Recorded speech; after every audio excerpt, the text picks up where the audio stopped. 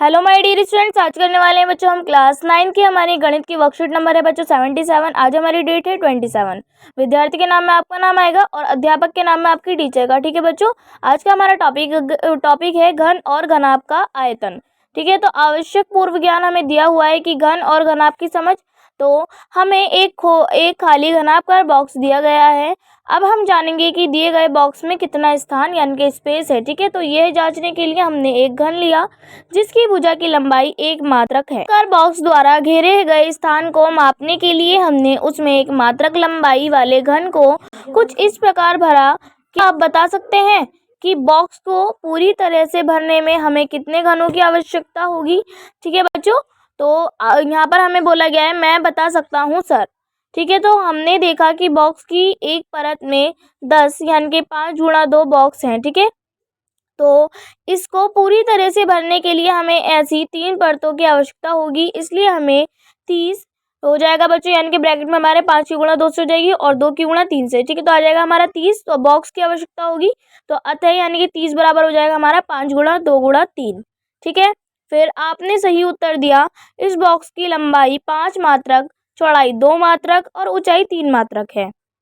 अतः बॉक्स द्वारा घेरे गए स्थान में 30 घन आएंगे जो कि लंबाई, चौड़ाई और ऊंचाई को गुणा करके मिले। ठीक है, तो किसी वस्तु द्वारा घेरे गए स्थान की माप उसका आयतन कहलाती है।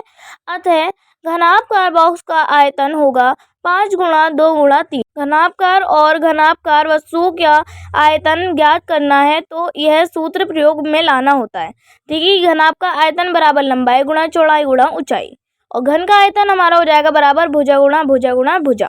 तो दोनों के मात्रक घन मात्रक हो जाएगा बच्चों हमारा, दोनों के घन मात्रक यानी क्यूब यूनिट्स हैं। ठीक है, तो आइए एक प्रश्न को हल करें। हमें क्वेश्चन है कि माचिस की डिब्बी के माप 4 सेंटीमीटर गुणा 2.5 सेंटीमीटर गुणा 1.5 सेंटीमीटर है। ऐसी 12 डिब्बियों का आयतन कितना होगा? ठीक है बच्चों, तो इसका हल हमें दिया हुआ है कि डिब्बी के माप यानी कि हो जाएगा हमारा 4 सेंटीमीटर गुणा 2.5 सेंटीमीटर गुणा 1.5 सेंटीमीटर। ठीक है, तो अतः डिब्बी की लंबाई कितनी हो जाएगी बच्चों हमारी? L बराबर 4 सेंटीमीटर, चौड़ाई यानी कि B बराबर 2.5 सेंटीमीटर और ऊंचाई हो जाएगी हमारी यानी कि H 1.5 सेंटीमीटर। ठीक है बच्चों, तो अतः एक डिब्बे का आयतन हो जाएगा बच्चों हमारा बराबर L गुणा B गुणा H बराबर हो जाएगा हमारा 4 गुणा 2.5 गुणा 1.5 बराबर 15 सेंटीमीटर क्यूब। ठीक है, तो ऐसी 12 डिब्बियों का आयतन कितना हो जाएगा हमारा बच्चों? अगर हम 12 की गुणा 15 से कर देंगे तो आ जाएगा हमारा 180 सेंटीमीटर क्यूब। ठीक है, ये जो है हमारा इसका आंसर निकल के आ जाएगा। तो अब यहाँ पर हमसे बोला गया है अब आप प्रयास कीजिए। ठीक है बच्चों, हमें 2 क्वेश्चन दे रखे हैं। हमारा फर्स्ट क्वेश्चन है कि एक कमरे की लंबाई, चौड़ाई और ऊंचाई क्रमशः 5 मीटर, 4 मीटर और 3 मीटर है। कमरे का आयतन ज्ञात कीजिए। और एक घनाभकार डिब्बे का किनारा भुजा 10 सेंटीमीटर लंबाई है, डिब्बे का आयतन ज्ञात कीजिए। ठीक है बच्चों, तो चलिए इनके आंसर कर लेते हैं फटाफट से। तो बच्चों हमारा फर्स्ट क्वेश्चन था कि एक कमरे की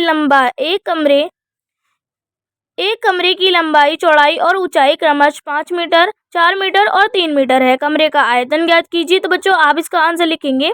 हम जानते हैं कि आयतन बच्चों हमारा क्या है? L गुणा B गुणा H, तो हो जाएगा हमारा, इसलिए L B और H का माप डालने पर हम पाते हैं आयतन बराबर हो जाएगा बच्चों हमारा 3 मीटर गुणा 4 मीटर गुणा 5 मीटर। ठीक है बच्चों, इन सबके हम गुणा कर देंगे तो बराबर आ जाएगा हमारा 60 मीटर क्यूब। ठीक है बच्चों, ये हो जाएगा इसका आंसर, आयतन निकल कर आ जाएगा हमारा कमरे का। ठीक है, तो फिर बच्चों हमारा सेकंड क्वेश्चन था कि एक घनाभकार डिब्बे का प्रत्येक किनारा भुजा 10 सेंटीमीटर है, बॉक्स का आयतन ज्ञात कीजिए। ठीक है बच्चों, तो इसका समाधान है कि घन का किनारा है बच्चों हमारा A बराबर 10 सेंटीमीटर और घन का आयतन है हमारा भुजा क्यूब।